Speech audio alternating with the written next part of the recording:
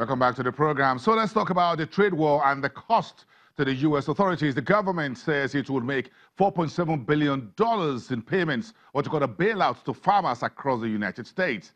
And the reason was to offset losses they will suffer from the trade disputes spreading across the globe, but originating from Washington. U.S. Agri Secretary Sonny Perdue says the funds constitute an initial payment to American farmers hit by tariffs from major U.S. trading partners, which have left producers of various commodities vulnerable to heavy downturn in the agricultural economy. The U.S. Department of Agriculture also plans to extend up to $12 billion in emergency aid in response to the, quote, unjustified retaliation from its global trading partners. Move on back to Nigeria, where one of the country's Tier 2 listed lenders, Sterling Bank PLC, has announced is currently shopping for 65 billion local currency to fund the bank's risk assets and increase regulatory capital. The new debt offering, which opens on Monday, is priced between 15.7 and 16.25%. The bond is a senior unsecured instrument of 7-year tenor and currently being invested via a book building process.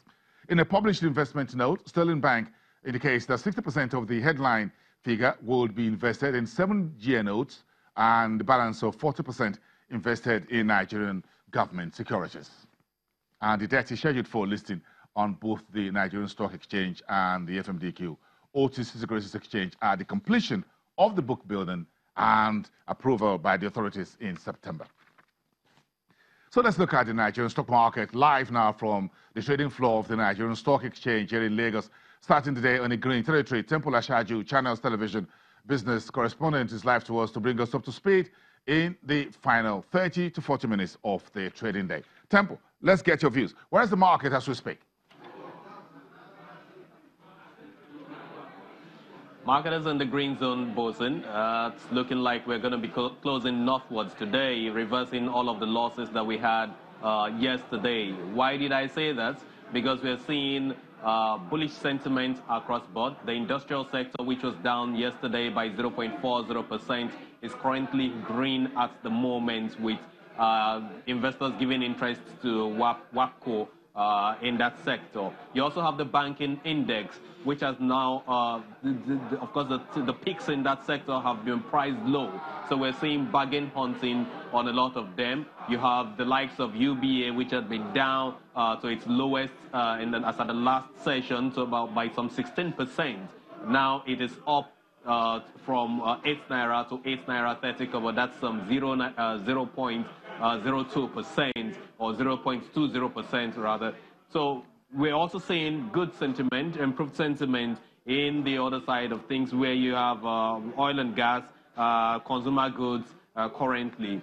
Now, in terms of the Sterling Bank that you talked about earlier, yes, the debt program is already open for subscription, and we know that there's a bit of increase, a bit of traction on that stock right now. It's up to 1 naira 35 kobo, moving up by 0.35% since market commenced. Yes, you talked about the fact that 60% of the proceeds will be invested in the risk management. Yes, everyone knows of the Basel 3, Basel 4 implementation that will be coming on board in January 2019. These are sort of things that the bank is looking to invest that fund in. And that means there will be more money. 40%, like you said, goes to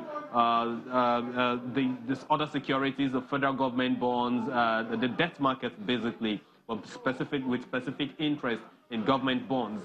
And with this, investors are looking at putting their money on that stock at the moment. For flour mills, which is in the consumer goods segment of things, yes, that also has its proceeds to be used for working capital. And with that, yes, funds from equity, funds from that side of things will be diluted. This is more like in reaction to the RSSF, that's the real sector support facility that the CBN introduced recently. Yes, this is also open for subscription, and the price right now hasn't really changed. But what I have gathered from analysts and brokers is that with such a news, there should be more interest on the equity side of things, even with the fact that prices are low right now. investors are considering going to the debt market, moving to the fixed income so they can diversify their portfolio.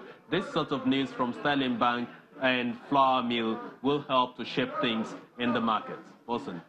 Yes, Temple, I agree with you. Quite a lot of story there around if you're doing bond and commercial paper on the market. That will be something that will flow into the equity side a bit later on. But that's okay. We thank you very much. Any other news on the earnings side, most likely? You sniffing anything around for today? Yeah. We really haven't heard any news. Investors are curious about Fidelity Bank earnings, Access Bank earnings at the moment, really waiting on the side, hoping that those earnings will come in for investors to be able to take proper decision. But you know that International Breweries is currently launching its plans, in Shagamu, that's southwest Nigeria. And at the moment, there's a bit of traction on that stock, which is also listed here in the market. Investors in recent times have had to actually diversify from some of the bottlers or brewers in the segments where you have international breweries to then, invest their funds in international breweries. This is as a result of the impact that we are having from the federal government in terms of the excise duty increase that is beginning to affect some other companies in that sector. But so for international breweries, you have Trophy, their brand's called Trophy. You have some of their malt programs as well, investors basically going for all of that. So these are sort of things that we're seeing in the market, and we do hope that information like this will continue to shape things for investors in the market.